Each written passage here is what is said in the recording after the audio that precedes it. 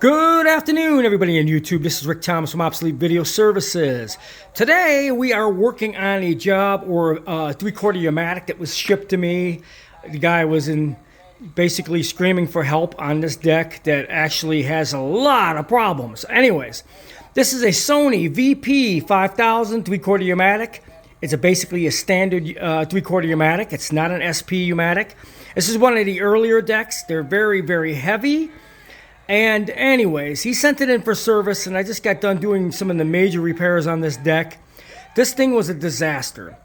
I know you guys think you can actually service these decks yourselves. You guys are out there thinking, oh, I could fix these decks. They're not that easy to fix.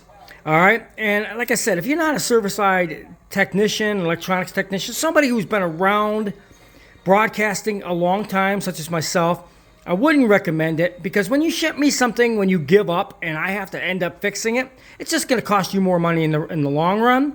This is a perfect example of it. Anyways, this 3/4 pneumatic machine was a disaster. I had to fix the carriage because the carriage was out of alignment. All the alignments on this thing was messed up. I had to rebuild the loading mechanism. I had to realign the capstan roller with the spindles because several of them were bent out of place. And the whole mechanism was basically tugged and pulled on and messed with. And, you know, it was just completely a complete disaster. And when that happens, when nothing is in sync, nothing works, people.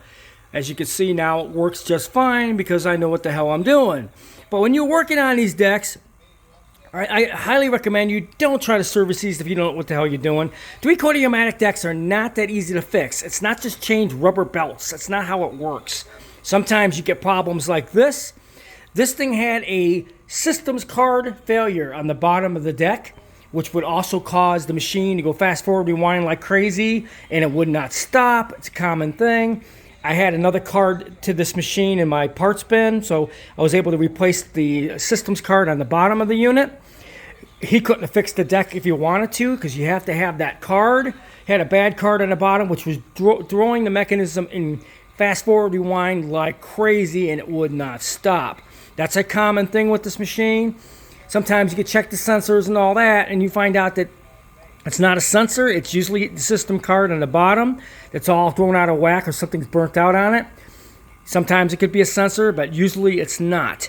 So I just got done doing all the alignments on this, greasing, relubing, belts, alignments, and fixing all the broken and bent parts that were out of spec, especially the capstan roller, which was messed with at some point.